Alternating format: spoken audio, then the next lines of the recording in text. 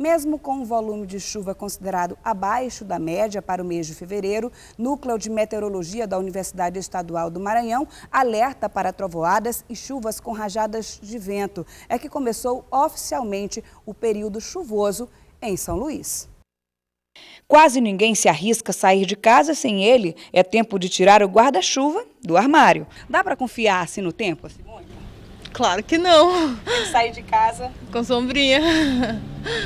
Esta meteorologista explica que oficialmente a temporada de chuvas começou neste mês. A estimativa era de 373 milímetros de água, mas até agora tem computado no mês de fevereiro, no Centro de Meteorologia da Universidade Estadual do Maranhão, 130 milímetros. A média é considerada baixa. Segundo a configuração, o tempo em todo o estado ficará encoberto e nublado, com pancadas de chuva, mas a expectativa é de que a partir de agora elas venham com mais intensidade. A perspectiva de chuvas, né, a partir de agora de fevereiro, é uma intensificação dessas chuvas, tanto no tempo quanto no espaço, né, ou seja, vai haver maior frequência desses eventos de chuvas e chuvas mais intensas, né, acompanhadas muitas vezes de ventos fortes e com trovoadas, né, ou seja, raios, trovões, isso perdurando até o período de maio, onde a gente tem o término da estação chuvosa.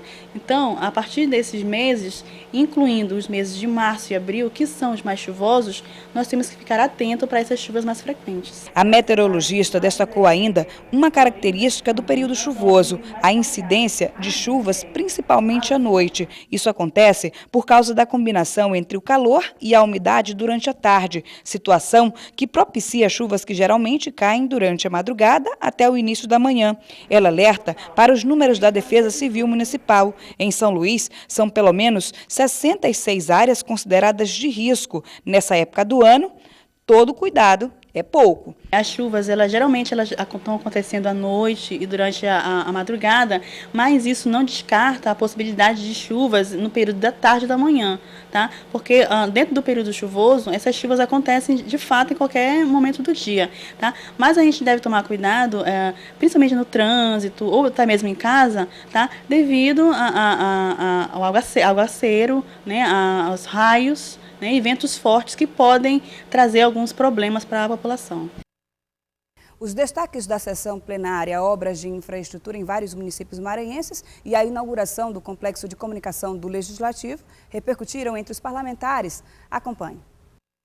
O deputado Max Barros repudiou a publicação de um blogueiro que teria escrito mentiras a seu respeito. Como políticos erram, como gestores erram, jornalistas erram e às vezes até com má fé.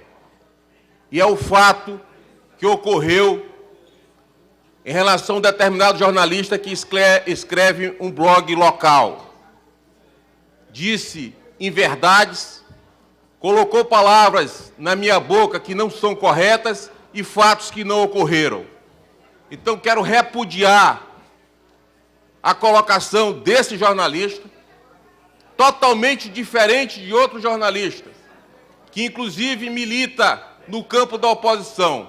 Matérias jornalísticas contra Flávio Dino, candidato ao governo do estado, foram criticadas pelo deputado Otelino Neto. O parlamentar considerou as reportagens como tendenciosas e com objetivos políticos. Numa aula de antijornalismo, 2 matérias, uma domingo e uma segunda, sem sequer ouvir o outro lado. Princípio básico, se aprende no primeiro período do curso. Eu quero mais uma vez alertar e apelar para que nós deixemos a luta política no campo da política, para que nós não tentemos desmoralizar aquelas pessoas de bem em função de objetivos meramente eleitoreiros. O deputado Afonso Manuel elogiou a mesa diretora e os funcionários da Assembleia pela solenidade em comemoração ao aniversário da instituição. O parlamentar deu destaque à inauguração do Complexo de Comunicação da Assembleia Legislativa. Eu queria inicialmente parabenizar toda a equipe da Assembleia, na pessoa do seu superintendente Heraldo, e parabenizar a equipe agora da comunicação na pessoa de dona Dulce Brito. Parabenizando eles dois, eu parabenizo todos os funcionários da casa pela beleza que foi ontem a inauguração da TV. Quero fazer uma mensagem também ao meu amigo Marcelo Tavares, que ele plantou a semente da TV. E muitas das vezes, senhor presidente Arnaldo Melo, os presidentes começam uma obra e o outro não segue. E Vossa Excelência deu um exemplo de dignidade e de grandeza. O complexo de comunicação também foi o foco do discurso do deputado Marcelo Tavares. O parlamentar foi autor do projeto de implantação da TV Assembleia, obra que teve continuidade na gestão do deputado Arnaldo Melo. Tive a oportunidade como presidente de criar, instalar e fazer funcionar a TV Assembleia, transformando-a num grande veículo de transparência das atividades do Legislativo para a população do Maranhão. Mas não posso deixar de destacar o importante passo que foi dado pelo presidente Arnaldo Melo, que com esse novo complexo de comunicação e principalmente com a TV aberta, dá uma nova dimensão à TV Assembleia e nós temos a obrigação de fazer esse registro. As obras de infraestrutura na cidade de Barreirinhas foram elogiadas pelo deputado Marcos Caldas. Questões relativas ao aeroporto e às estradas da região foram os principais pontos do pronunciamento. Tem 1.900 metros, ou seja, quase 2 quilômetros, para chegar até o aeroporto, que também precisa ser asfaltado. E o secretário, na mesma hora, chamou sua assessoria e pediu que fizesse o levantamento também, para também concluir, para inaugurar junto com o aeroporto. Na passagem do rio, do Cantinho até o Tapuio, vão ser beneficiados agora com a estrada com pissarra, porque hoje isso é areia.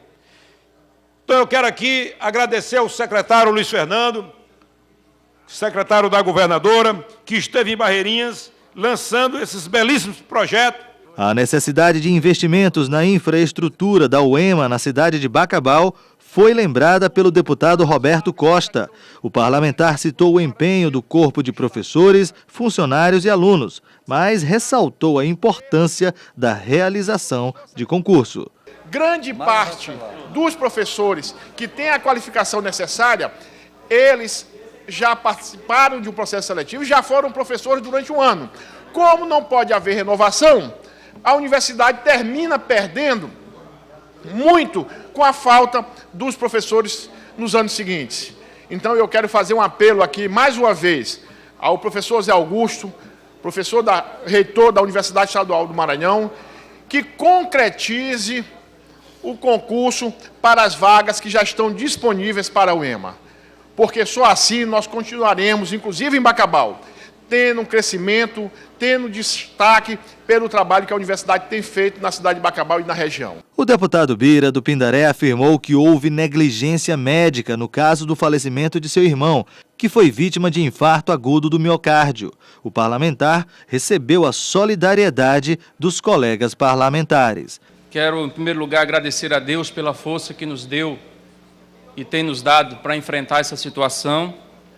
Também agradeço as inúmeras manifestações de solidariedade, de apoio, de carinho, de afeto, nesse momento de dor extrema, pela perda de uma pessoa tão especial, que morava no mesmo teto que eu. Quero me solidarizar com Vossa Excelência e que o mais rápido possível chegue o diagnóstico desse processo infeccioso que atualmente está sob investigação de Vossa Excelência. Mais uma vez eu queria me solidarizar com Vossa Excelência pela perda e parabenizá-lo pela forma serena, ponderada, equilibrada, em que, louvado no que aconteceu, infelizmente, com seu irmão, Vossa Excelência quer que não ocorra com outros maranhenses. Os meus cumprimentos a Vossa Excelência, a toda a sua família, para que Deus traga paz, para que Deus realmente acalante o coração de cada um de vocês. A gente lamenta muito com o senhor, realmente um jovem, e também parabenizo pela forma como o senhor coloca, não acusando ninguém, não levando para o lado político, mas fazendo realmente uma contestação e mostrando os fatos reais que devem ser corrigidos. Você vai ver no próximo bloco aprovado o projeto de lei que permite o uso de espaços em escolas públicas por entidades. A seguir, Todos os detalhes desse projeto com o autor, o deputado Eduardo Braide, em entrevista ao vivo. Não sai daí, a gente volta já.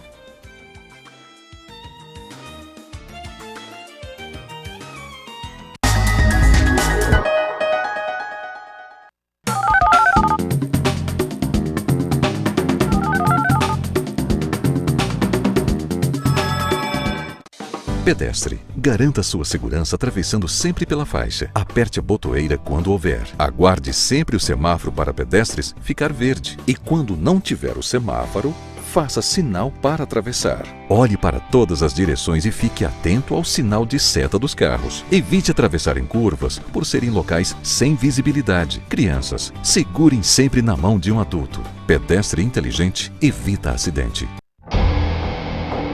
Quando uma pessoa provoca alguém como ele na rua, não tem ideia do que ele é capaz. Sou capaz de deixar pra lá. Minha vida vale muito mais do que qualquer briga ou discussão. No Brasil, centenas de pessoas são mortas por motivos fúteis. Conte até 10. A raiva passa e a vida fica. Paz. Essa é a atitude. Uma campanha do Conselho Nacional do Ministério Público e ENASP.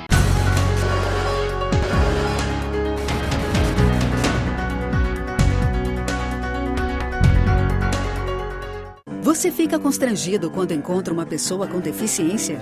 Então, está na hora de mudar. Deficiência não é doença e essas dicas são para você. Ao encontrar uma pessoa cega, toque em seu braço e se apresente antes de começar a conversa. Para caminhar, coloque a mão da pessoa cega no seu ombro ou no cotovelo dobrado. Deixe que ela acompanhe o seu corpo e avise com antecedência sobre a existência de barreiras. Nunca faça carinho ou dê alimentos ao cão-guia. Ele está trabalhando para o cego e não pode ser distraído. O cão-guia também pode entrar em qualquer ambiente público. É um direito garantido por lei. Cidadania é saber conviver com as diferenças.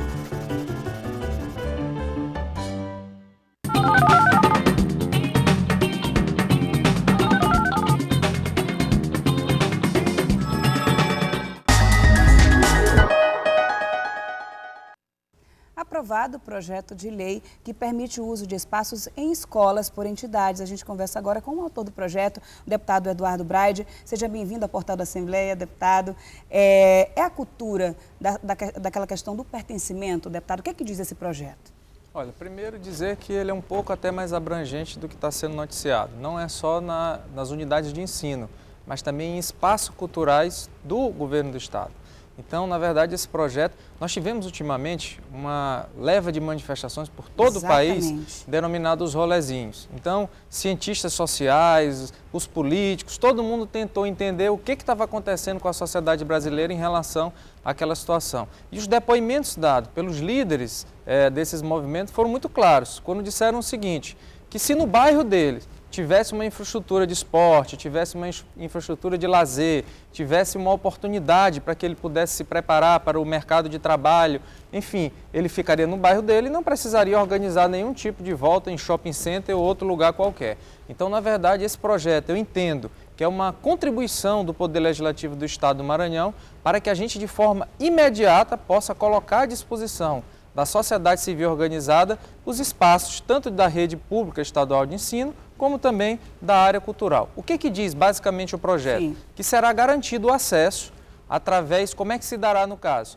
A entidade, que pode ser uma associação, uma união de moradores, um fórum comunitário. E a gente vê que essas entidades, essas organizações, elas têm se mobilizado mais, né, deputado? Exatamente. Então, apresentará um requerimento à direção da escola ou à direção da unidade de cultura, que no prazo de 48 horas responderá pelo deferimento ou indeferimento do requerimento. A única coisa que deverá ser observada é que não haja incompatibilidade de horários, ou seja, a associação não pode utilizar uma sala de aula durante um momento que tiver a aula. Mas o projeto também deixa bem claro que não é só a parte cultural ou a parte esportiva. Veja você passar num final de semana numa escola do Estado, onde tem uma quadra que está lá, sem ser utilizada, de forma ociosa, e aqueles moradores que moram ao lado da escola, que moram num bairro, que moram num povoado, saber que aquilo foi construído com o seu dinheiro, dos impostos, sem poder utilizar aquele bem que está colocado à sua disposição. Então, na verdade, é uma forma de dar uma resposta imediata, porque não precisa haver construção de novos prédios, não precisa haver construção de novas quadras, de novos espaços de cultura otimizar ou de esporte, os espaços que ou já seja, existem. Né? Otimizar, além de criar aquilo que você disse no começo, que é a integração e, mais do que isso, a sensação de pertencimento. Na verdade, a ideia é fazer com que leve também a sensação de preservação. A partir do momento que você utiliza aquele bem, que no primeiro momento é tão próximo de você, mas estava distante, a tendência é que a população como um todo tenha a consciência de guardar, de cuidar melhor, a partir do momento que ele sabe que aquele bem poderá ser utilizado por ele também. Agora, deputado, esse é um projeto que já tramita desde o ano passado, agora foi aprovado aqui pela Assembleia Legislativa. O que é que falta agora para virar lei? O primeiro, nós tivemos um projeto parecido, quase que igual ao teor, que foi aprovado no ano passado, e que houve o veto por parte do Poder Executivo. Uma questão técnica que foi alegada, mas houve o compromisso da apresentação de um outro projeto fazendo essa correção, e eu ontem mesmo, ao ser aprovado pelo plenário da Casa, já conversei pessoalmente com o secretário-chefe da Casa Civil, Dr. João Abreu, que já me garantiu que tão logo chegue já será encaminhado para a sanção da governadora. Então, ou seja, nós já temos a certeza que esse será um projeto que realmente vai virar realidade aqui no Maranhão. Para todo o Estado, né, deputado? Para todo o Estado, vale para todo o Estado do Maranhão. O artigo 2º deixa claro que essas entidades procurarão, na verdade, os órgãos de direção e poderão lá, no requerimento, oferecer esse espaço para a realização de cursos de qualificação, de workshops. Quantas pessoas não precisam, às vezes, num período desse, de um espaço para poder ensaiar, nesse período de cultura, um bloco de carnaval? Na época do São João, quantas uniões de moradores, às vezes, trabalham com suor, trabalham com vontade, mas não tem uma sede para fazer as suas reuniões, não tem uma sede para poder realizar os seus ensaios na época do São João. Então, eu acredito que com esse projeto, a Assembleia Legislativa do Maranhão dá uma contribuição muito grande para colocar de forma imediata uma série de estruturas, de obras e serviços públicos do governo do Estado, para que possa a sociedade civil se sentir parte, na verdade, das obras que são, na verdade, de todos nós. Perfeito. Deputado, segunda-feira aqui, o plenário da Assembleia Legislativa foi palco aí de mais uma sessão solene histórica, o Dia do Poder Legislativo, 179 anos de instalação da Assembleia, homenagem aos deputados constituintes e também a inauguração do Complexo de Comunicação do Legislativo Estadual. Qual é a sua análise, assim, desse momento, deputado, fazendo aí um mês aí de retorno das atividades parlamentares? Olha, primeiro dizer que fico muito feliz de ter participado desse momento. 179 anos aqui da casa, que é dita como a Casa do Povo. A gente sabe que a Assembleia, na medida do possível, tem tentado se adequar às demandas que são feitas pela sociedade maranhense, e esse canal, na verdade, o nome já está dizendo, passa a ser um canal direto com a população, e eu acho que isso é fundamental. Nós estamos em um ano eleitoral, onde, consequentemente, pode-se ter a ideia de que a presença, inclusive, de deputados aqui na casa pode diminuir e, de alguma forma, prejudicar assuntos que possam ser debatidos, mas eu acho que essa função, eu acho que a TV Assembleia vai fazer com que os deputados tenham mais consciência do seu papel aqui no Legislativo, a partir do momento que o seu eleitor, ele passa a lhe fiscalizar diretamente. Não há transparência maior do que o eleitor ver todo dia, ligar em sua casa a televisão e ver o trabalho, fazer o acompanhamento parlamentar do seu deputado. Então, eu acho que isso vai fazer, inclusive, com que a gente aumente o número de deputados que estejam presentes aqui na casa, que as discussões passem a acontecer de forma até mais constantes e de forma mais aberta, de forma mais transparente. Então, eu acho que realmente a Assembleia está conseguindo, na verdade, na medida do possível, acompanhar aquilo que a população espera, que é fazer um parlamento cada vez mais transparente.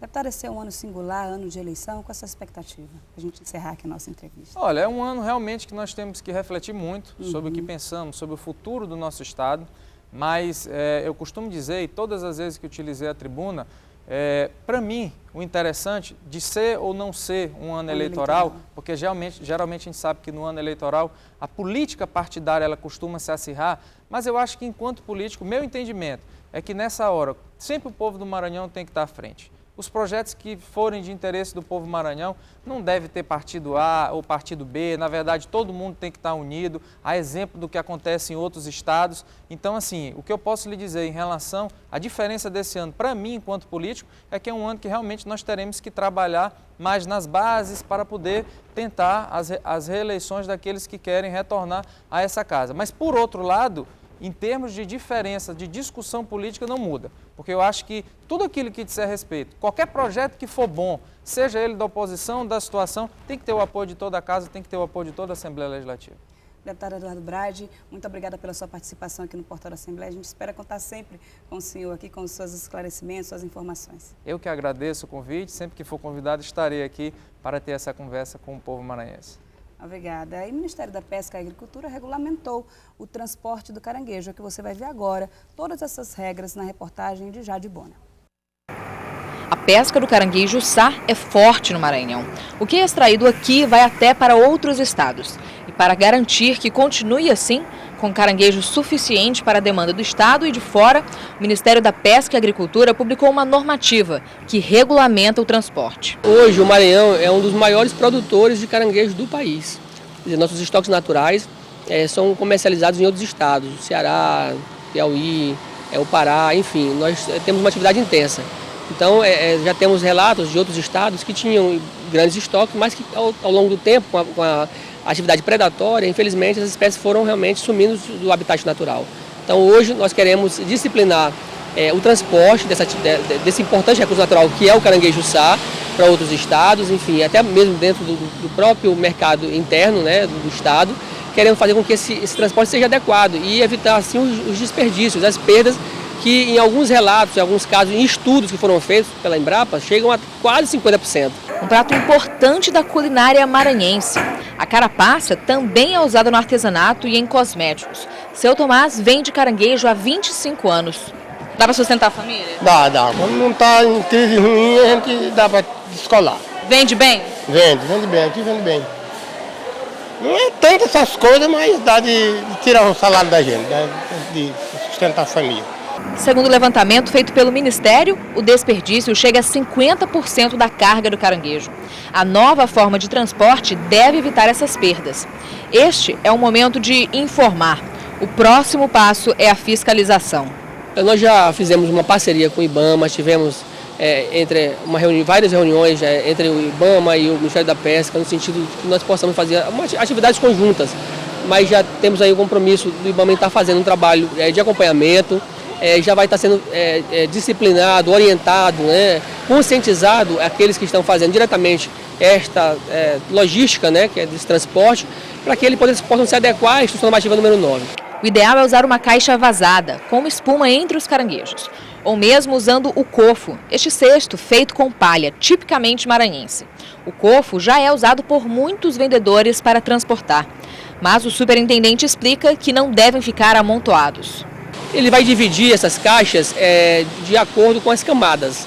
Quer dizer, ele coloca uma camada de caranguejo, coloca uma espuma umedecida, né, já permitindo que até seja mais confortável e evitando o estresse desse recurso natural. Ou seja, a divisão em camadas vai permitir agregar o valor melhor ao produto, porque ele vai chegar vivo ao destino. A perspectiva é essa, né, chegar mais ainda em condições realmente de comercialização.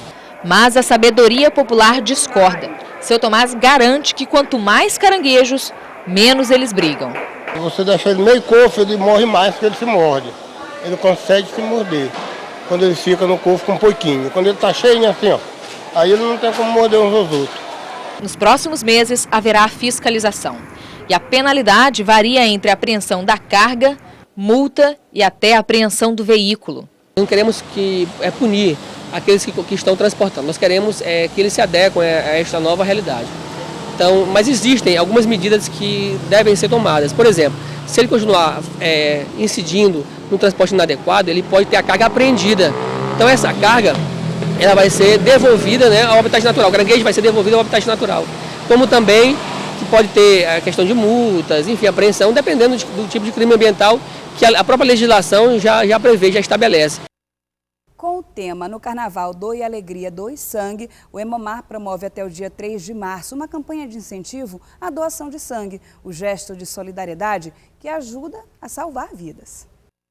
A decoração carnavalesca no Hemomar, no bairro Jordoa, em São Luís, faz parte da campanha No Carnaval Doe Alegria, Doe Sangue. A ideia é conseguir novos voluntários. Nessa época, o número de doadores diminui 40%. A campanha tem o objetivo de reforçar o estoque de sangue para esse período de carnaval. Há realmente uma tendência de diminuir o número de pessoas que comparecem para doar e também períodos festivos, como carnaval, costuma acontecer algumas situações de urgências em que há necessidade de transfusões sanguíneas. Por isso o Hemocentro precisa estar com o estoque adequado para atender a qualquer situação que vir a acontecer. Cadeiras vazias nas salas de doação significam bem menos sangue para quem precisa. Gesiel soube da campanha de incentivo que vai até o dia 3 de março. Diz que é voluntário há anos. Sobre a importância de doar sangue, ele dá a dica. Eu acho que é um ato de extrema importância para um ser humano, né? Acho que todos deveriam fazer parte